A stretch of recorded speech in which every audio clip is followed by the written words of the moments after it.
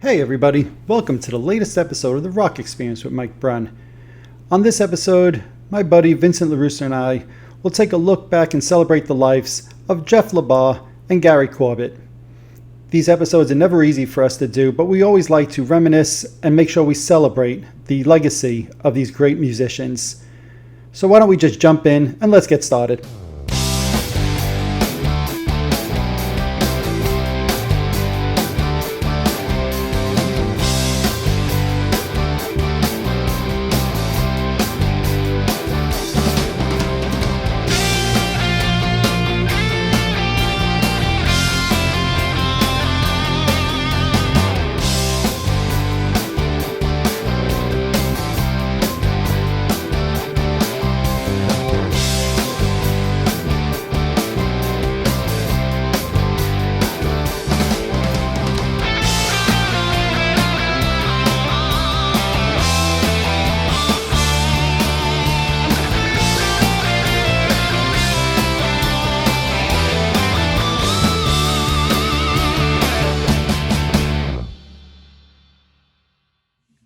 Hey everybody, welcome to the latest episode of the Rock Experience with Mike Brunn. Today I have with me the chemist, my buddy, my friend, Mr. Vincent LaRusso. How you doing today, buddy? I will say the same about you.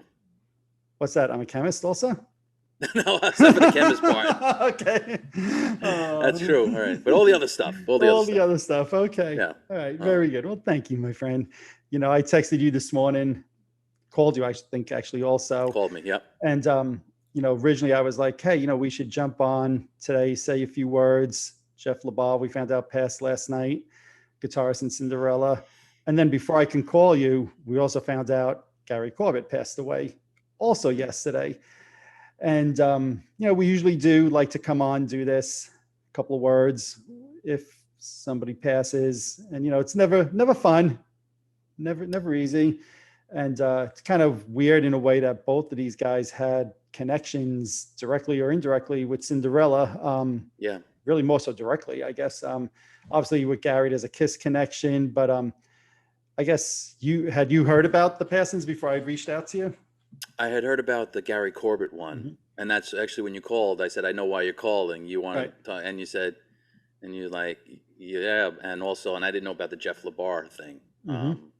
I had known that Gary was sick and there were some GoFundMes and stuff like Yep. that that were going on. But so the Jeff LaBar thing came more as a surprise because I didn't know that there was any sort of. But then when I started doing a little reading and I heard, I read that there was a falling out with Cinderella. I think it was on a cruise thing that they did, and they said that maybe he drank a bit too much, and that was it for Tom. Was just like and he actually admitted that he messed up, because I think they asked him if they would ever reunite or whatever. But you probably have more of that detail than I do since you are. Yeah, I knew that there was a falling out between them. I knew that there was, I'll say, some chemical issues with Jeff. How extreme or serious they were, I don't know. I didn't follow it close enough. I thought I read once about a year ago that Tom said they'd never do Cinderella shows again.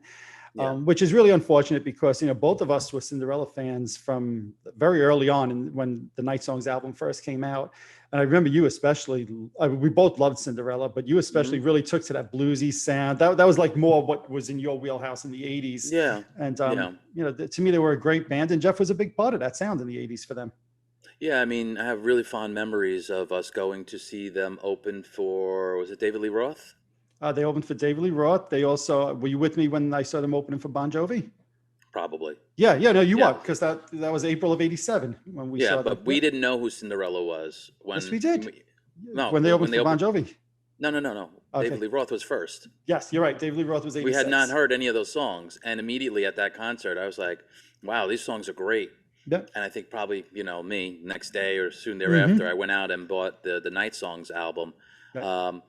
What I really took to Cinderella, it was the fact that they were categorized again as that hair metal band. I think I even remember Tom Kiefer getting a little abusive, that like AC/DC wannabe voice, and Yeah. and then and there were several bands after that, like Dirty Looks and some other guy, that were kind of Hmm. following in that mold. And there was Brittany Fox that I Yep. think was like, who's Cinderella, who's Brittany Fox, you know what I mean, that Hmm. kind of thing. Yep. That's right. But I think one of the cool things I remember about, like, my first impressions about Jeff LaBar was he would do this thing with the guitar where he would, flip it over his shoulder when he would Right. play in concert. I was like, Hmm. as a 16-year-old, it was like the coolest thing I had seen. Like, how is the guitar not flying up in the air? I didn't Right. know what strap locks were and all the technology and wireless, but I had, at that age, I still, maybe that was because I saw Kiss in '86 was my first real rock concert. So I was kind of Mhm. late to the game. So this was still kind of a new experience. And to see a guy like that doing that, and maybe Eric Brittingham might have done the same thing along with, Mhm. coordinating, but Tom was singing and playing. So it was, I don't think he was doing it. But Right. that was like the first thing I was just like, man, this guy's cool. Mhm. And I was even confused of like, who's the lead guitar player in the band? I just thought like Tom Kiefer was like the rhythm guy, but then soon to find out he was doing a lot of leads too. Right. So, Yep. but Yeah. No, it was I remember that David Lee Roth concert, and that to me is still like a great concert that we were at. The Bon Jovi one I actually taped both yeah, bands that oops. night. And so I have the Cinderella recording from that night, and I played Mm, that over and over and over again many times because I really loved Cinderella all through those times. And probably if I was putting a list together, I'm not going to sit here and tell you that they'd be number one in terms of reuniting. But yeah. before this news, I would have probably had them in my top five because I just really thought, Cinderella was that good. And it's a shame. We don't know what happened. Nobody's announced what caused his passing, but he was only Hmm. 58 years old. And that's Yeah. to me such a shame. That he's not much older than we are, really, to be honest. Hmm. So such a Yeah. shame. Yeah, I agree. And, no one could really understand, I think, when you have that kind of lifestyle, when you're on top of the world, and then all of a sudden your world comes crashing down because the mainstream music scene is not accepting you anymore, and have to go through those years of probably depression and this and that. And let's face facts. Tom Kiefer was really the brains and a lot of the music. He was the main writer, a hugely talented guy. And Yep. I know Jeff put out a solo record. I've never heard it, so I can't really comment on that. And he had his effort to do that. Hmm. But it's kind of hard probably when you're kind of in somebody else's shadow. you know you're Right. known for playing with Cinderella, but you weren't like the guy. You know what I mean? Right. You were part of the cast. But yeah, it's a shame. It It's is. these, as you always say, it's never easy when we have to do these things. We always say, most times when we do our podcasts or whatever you call these things, um, that we like to celebrate. Hmm. You know, celebrate the artist or the band or the record or Agreed. whatever it is. But this is not, obviously. Right. And, but I want to just touch on one of the things you just said. So obviously Tom Kiefer was the enormous talent in that band. I think the whole band was talented, but Tom, Hmm. like you said, was the songwriter. He was the singer. He played some lead as well. In Yeah. fact, I don't know if you remember in the 80s, we used to joke if one guy wrote most of the album, we used to call it a Kiefer, right? So, Yeah. Yeah. right, Right. because that we were very conscious of the fact that Tom was doing all that songwriting himself. But I'll Yeah. say this, I saw Tom solo 3-4 years ago. The show was Yeah. great. He still sounded great. It was a great show. But I also was very aware that it wasn't Cinderella. Hmm. So, there was something about those four guys together. And I know Fred didn't play a lot of drums on the albums, but live it was First two. the first two, and I Hmm. think one of the other ones he only played on part. But Yeah. regardless, when you went to see them in concert, it was the four of them always. And Hmm. to me, there was something about the four of them on stage because I'd seen them a few times. That when I saw Tom solo, great show. I would go see Tom again tomorrow. But I was Hmm. very aware of the fact that I wasn't seeing Cinderella. It felt Yeah. different a little bit.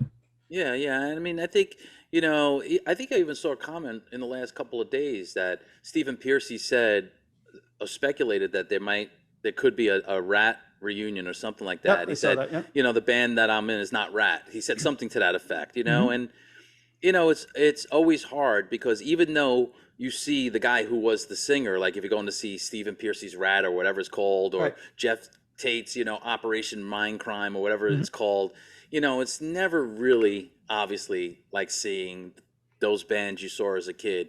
Right. if there's one member who's like different for whatever reason, but still it's three quarters, it still feels like the original band. Yep.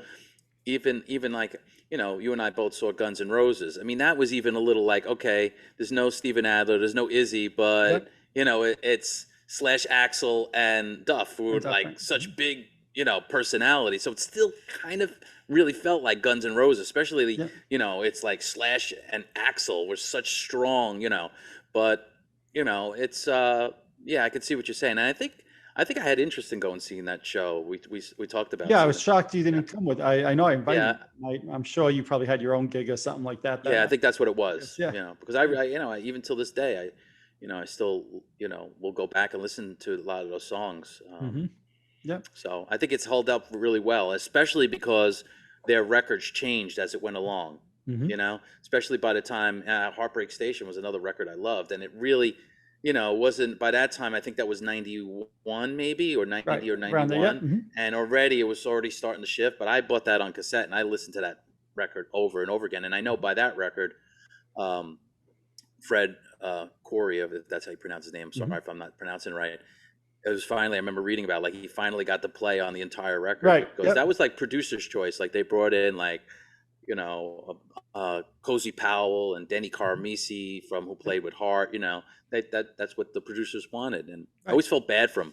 Yeah, But me this is too. not about him. Yep. But we're talking about Jeff. But And just at least my memory, and maybe I'm wrong, Ben, so correct me. I thought the Long Cold Winter album in the 80s was like one of your top 10 albums of the decade. I seem to remember you loving that album. I loved that record. Yeah, it was so. It felt so different. Like even now, if I think about like The Last Mile, or Coming Home, I was think is a Coming great song. Home. Yeah, yeah, I love that song. Yep. And Gypsy Road. Yep. Don't know what It you was, got till it's gone. Right? It's a great yeah, album. awesome, Great album. awesome video. And that was like, I think that was when that video came. I love that video because they were all like scattered on some sort of mountainous thing, and Mm-hmm. it Yep. starts off with Tom playing the piano, and Mm-hmm. it just I could see, like, in the chorus, like I could see Jeff moving in the video, like his, Mm-hmm. because he had a very signature move when he Right. played guitar. He had a sway and stuff like that. Right. Yep. And then I think I was kind of, because I don't think we had seen them live up on that tour, right? I don't think so. No, not that I Right. So, recall. and then when the lead came, it's like Tom doing the leads. I was like, Mhm. whoa! I was like, Right. I didn't even know. I think at that point I didn't even really. I probably caught it when we were in concert, but it really kind of hit me when Right. we watched that video. It was like so in your face. I just Yeah. thought, No. Absolutely. And so a little segue, I guess, maybe into talking about Gary as well. yeah, Think about Cinderella at that time, a little bit of that bluesy sound becoming very Mhm. popular. And then Kiss in 89 puts out Hot in the Shade and has the album start. Rise to it with that bluesy slide and guitar. you remember I said something to you Yes. initially. I think who it reminded me of. Yeah. I was so excited. It was like, oh, they're trying to be like Cinderella, Yep, exactly. because you wouldn't really hear that on metal records. And I really do believe, because even if you watch the recent biography with Kiss, Mhm. I think they even admit at some point, in the 80s, they kind of were just following trends and trying. Agreed. They weren't really pioneering things anymore, and they saw the Motley Crues and the Def Leppards, and we all Yep. know that they were trying to write certain tunes to be like, to get that popularity that those bands were Absolutely. achieving, Yep. but Yep. so Yeah. So go ahead. I was just, because the rest of the song, it starts like that, and the rest of the song doesn't carry any of that like bluesy, Agreed. it's kind of, so Agreed. but it was cool nonetheless. I remember getting the album and thinking instantly, here's the Cinderella influence, and it's kind of cool. And to me, that song is still good. It's not great, but it definitely, to this day, when I hear Rise to It, I instantly think Cinderella. Instantly. Now correct me if I'm wrong. When they played live and they did like Nobody's Fool, did Jeff play keyboards? Wasn't there somebody on the stage who was playing a keyboard? I mean, you would hear it. Yeah. I'd have to go back and look. It's been a long time since I watched it. Yeah, I kind of feel. I mean, I could be wrong, but Mhm. we'll fact check that afterwards, or Yep. people go take a look at that. But I think he might have, like the Bruce Kulick would do on like Reason to Live, if you remember. Yep. Absolutely. So Yeah. But- Yeah. So let's just talk Gary a little bit as well, right? So Gary Corbett was, maybe not as known, his name in rock circles, because he was the touring keyboardist for Kiss through the mid to late 80s into the early 90s, right? He was the guy behind the curtain, so to speak. Yeah. And you know this, I was always a big bootleg collector in the 80s, and I loved to collect all the videos. And I remember there was a Pro Shot video from Monsters of Rock in 88, right? They were playing in England. And the camera actually went over to Gary and caught him. And you see him playing the keyboards, and you can see the set list up by him. And I'm like, holy crap, there's a guy with Kiss playing keyboards. And I remember very vividly, that was the first time I ever knew that there was a guy behind the curtain playing keyboards with Kiss live the whole time. I knew there was some keyboard tracks. Honestly, I didn't really give it some thought if it was somebody playing with them, if it was a recording. Yeah, we didn't think about that back then. We didn't think about it back then. Exactly. I just had a good time at my concerts I was going to. But when I saw him, I'm like, holy crap, there's a guy playing keyboards with Kiss on stage. And then, of course, in 89, Gary was on stage with Paul for his 89 solo tour. So, that's when I think Kiss fans especially really began to take notice of who he is and who he was, Go ahead, you can say something. Well, I want to stop you right there, because if you remember that night we went to L'Amour's to see Paul Stanley, we were all speculating who's going to be on the stage. This was not internet, time, obviously. Like, who is he? You think maybe Gene is going to play? You think maybe? Like, he had no idea. And then, other than Bob Kulick, when it started, because he was unmistakable, and we knew, him. We were like, but the other guys, I was like, the bass player kind of looks like Gene Simmons. I remember saying that. Obviously, he kind of looks like Gene. And I think, I'm trying to think if I knew who Eric Singer was at that time. Was that before or after Badlands? Because that was before Badlands. Yeah, that was before. Okay, so that's why. And I wasn't really familiar with some of the work that he did. I think he played on that Black Sabbath album, and Eternal Lita Idol. Ford. Lita Ford. So, I really wasn't sure who he was at that point in time. But I just remember that show. It's like, again, I don't know where it ranks up. We did our greatest concerts of all time, top 10. I don't even remember if that was on it. But now when I think about it, I think it had to be on there. If not, I made a mistake. I'm going to say it for the record now. Okay. To go back. But I mean, it was just an unbelievable experience, because remember at that point we were hearing, Tonight You Belong to Me and stuff like that from Paul's solo album. And I think he even did maybe that night Come On and Love Me, which Kiss hadn't done for like forever, It was just really cool. And you heard the keyboards. They were very present on all of the songs. It's like they didn't even try to hide it, It's like Paul's like, play the keys. Where I think when it was with the Kiss stuff, it was kind of in the mix, but you really, didn't hear it as much. It was just maybe emphasizing the bass or doing something, just a low end. But Yep. No, I agree. And look, I was fortunate. I'll give a shout out to my friend Mike, who helped connect me with Gary last year. I was fortunate to interview Gary on my show about 9 months ago. And we had a great chat for like an hour and a half. And we spoke about like some of the Kiss rehearsals that he was a part of for the Crazy Nights tour. And I loved hearing him talk about that Kiss had actually rehearsed doing Turn on the Night for the Crazy Nights tour, but then Paul just with that register didn't want to do it every night. But Gary, I know in the past he had done some interviews which were some positive, some negative, but you could just sense he seemed very at peace when I talked with him 8-9 months ago with his place. Very thankful for what he had gone through. I look back at that now and I say, well, maybe he knew he was sick and he was just, happy for what he accomplished. But, what I took in that conversation is that he was just very thankful for the accomplishments he had with Kiss, with Cinderella. He worked, if I remember right, with Debbie Gibson. He helped co-write She Bop for Cyndi Lauper, which was a huge hit, right? And most people don't realize. I had the 45. Right, exactly. 45, yeah. Exactly. And most people don't know he had a part of that. So, my conversation with him, he just seemed like such a nice, genuine guy. And everybody I know in the podcast world that's interviewed him, or just even magazines, every single person says what a great guy he is. And I will say, when he was in playing with Kiss, his person he was closest to was Eric Carr. So that tells me a lot about him right off the top, right? Because everybody always says what a great guy Eric was. And supposedly the two of them were very friendly and hung out a lot, both before and after. So, from all accounts, Gary was a wonderful, wonderful guy.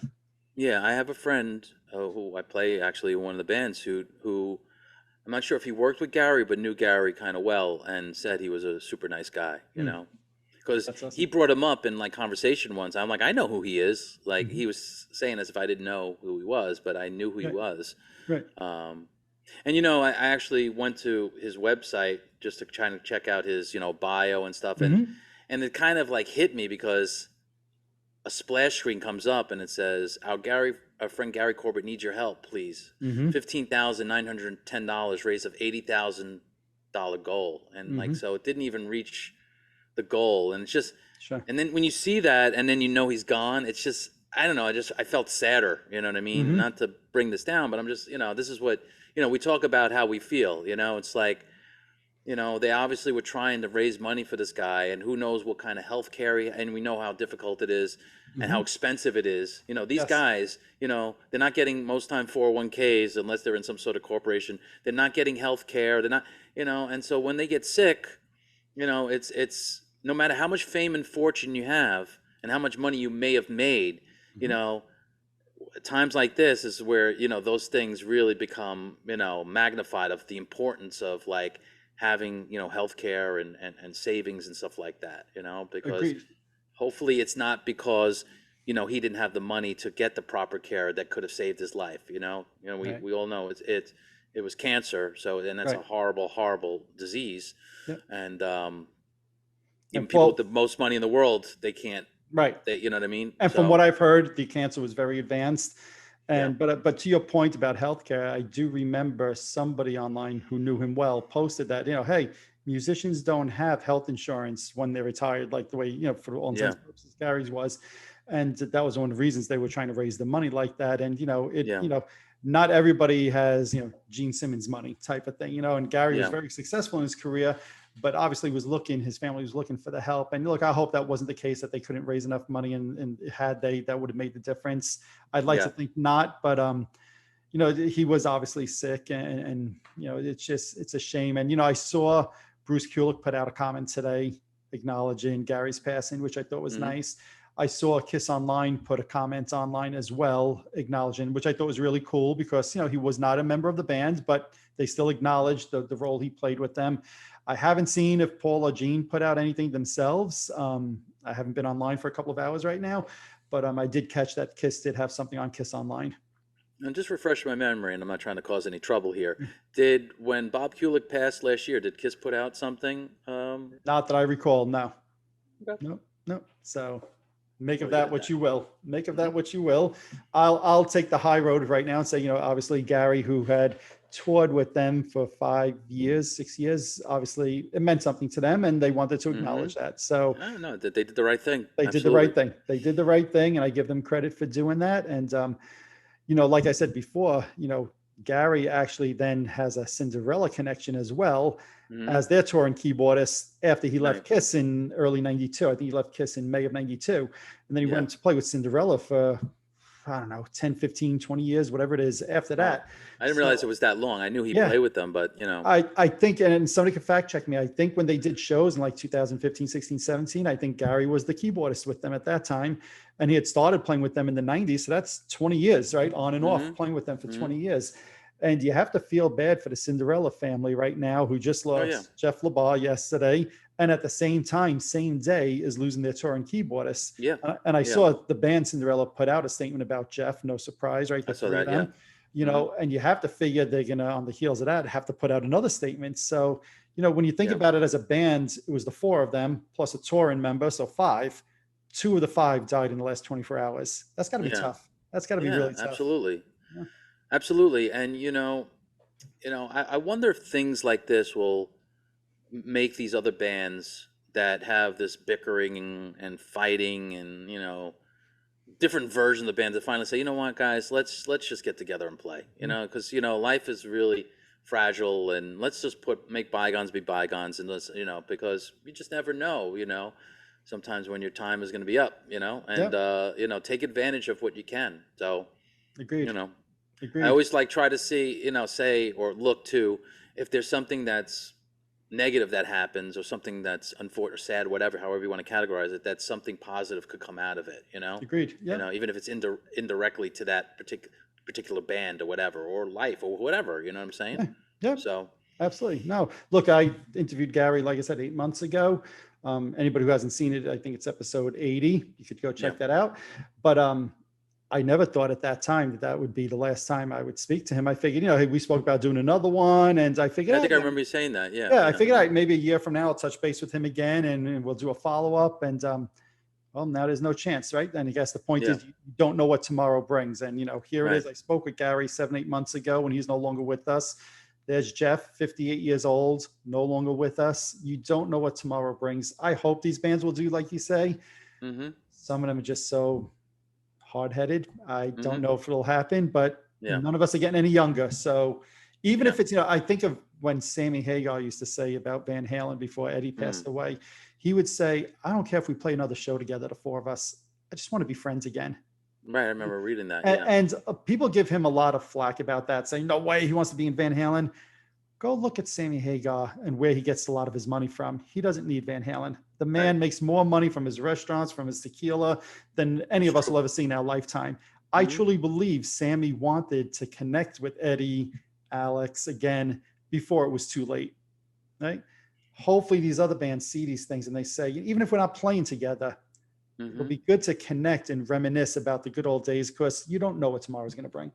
Absolutely. Yeah. And I think I've kind of read even more so recently where I think Sammy's still struggling with this, Yeah. that he's gone. He's Yeah. still having a really hard time dealing with the fact because, I think ultimately, yeah, he would have loved to have I think if, and fresh my memory, if they kind of touched base towards the end, Yeah. the two of them, Sammy has but said that he did talk to Eddie before Eddie's passing. right. Yes. So thank God he had at least that. He Mm-hmm. doesn't have to live with that. I never got to speak to him, and then he Right. passed. Yeah. But it's a really good point that I think we're both trying to make, and we always try to make about, appreciating things you have in life, and not just music related, family related, friends related. I mean, not to get too personal, but I had a friend text me yesterday who had a heart attack, and I wasn't even expecting someone who's a year older than me, and I spoke to him on the phone today, and he said it was like 99% blockage, and they don't even know how he survived. I mean, thank Mm. God, they put a stent or whatever it's called, and they open up, Mm-hmm. and he's gonna be Mm-hmm. okay. But you read that, and it's like you're not expecting that, and it made me think, well, maybe this person I don't talk to as often as I usually do, maybe I need to do a better job at that, Yeah. No, without so a doubt. Without a doubt. So look, it's unfortunate. We've done a few different episodes like this over the last year and a half, right? And hmm none of them are ever fun, but we like to yeah. still do this because we think it's a good way to try to, remember these people who've passed, celebrate what they've accomplished. In this case, both Jeff and Gary are not necessarily household names, but I Mhm. think played a big role in Cinderella, or in Gary's case with Kiss and with Cinderella, and has a very big hit song to his credit, right? Yeah. So, Yeah. I think it's good that we celebrate their accomplishments and make people realize that, even if you're not the Eddie Van Halens of the world, there's hmm still tremendous accomplishments. And you always say this when we look to wrap these up: go listen to their music, hmm go listen to what they've recorded, put on a live Kiss show from the 80s, put on that 80s show that I said from England, that's a pro hmm shot. And you can see Yeah. Gary playing keyboards and smiling Yeah. from ear to ear. And that's the way hmm I look to remember these guys because, both of them accomplished more in the music industry than 99.9% of the people who try to make a career out of it. You're right. And, you know, I could speak to, and I got 0.00001%, musician experience out in the world, but all the hard work with the lessons that they took, and bands and organizing and rehearsals and all this stuff, you know, and it's such a tough business. It's a harsh business, Yep. and there's really great stuff and there's really bad stuff at times. So Mhm. again, I guess my point being is that when you're a musician, there's no guarantees that you're ever going to be a success. And when you get to be a success, even if you're a Gary Corbett, as you said, is not he's not It's not a household uh, name. right, but that's such an accomplishment, Agreed. that Yep. I would give my pinky toe for, because I have an extra. I have one on the other foot. You know what I mean? So you know what I'm saying. So Absolutely. it's still just it's still a contribution, a big contribution, in my opinion, Mhm. to the music community, no matter what kind of Agreed. music you like or love. Agreed, So 100%. And I'll just close on this. For both Gary's family, friends, hmm fans, as well as Jeff's, obviously our condolences to everybody in the family. yeah. This is hard for fans, but I'm sure it's doubly hard for the families right now. And hmm whether it's passing from cancer or passing whatever ended up happening with Jeff, and we don't know yet. Yeah. It's never easy. So our condolences to the family and friends of both of them. Absolutely. Absolutely. All right, buddy. Well, Okay. like you said, go listen to their music, celebrate their legacy, celebrate their accomplishments, and hopefully, bud, we could do another one of these soon on happier terms. I would love that. Sounds good. All right. Later, everybody. Later. Alrighty, there you have it. Once more, we want to take the time to acknowledge the great accomplishments of Gary Corbett and Jeff LaBar. You guys should definitely go check out some of their music today and celebrate their legacies. That's the only thing I could think of to really honor all their accomplishments. I also want to acknowledge that today would have been Gary Corbett's birthday as well, so it's very sad that he passed just the day before his birthday. Our condolences to everybody in the family. Rest in peace, both Gary and Jeff. If you're watching this on YouTube, hit that subscribe button below. If you're listening to one of my podcasts, subscribe over there as well. Also, head on over to Facebook and follow my page, The Rock Experience with Mike Brunn, where each and every day we talk about all the rock and roll music that you love. You can also follow me on Instagram and Twitter as well, at The Rock Experience with Mike. That's it for this episode. Thanks as always for watching and listening. See you all next time.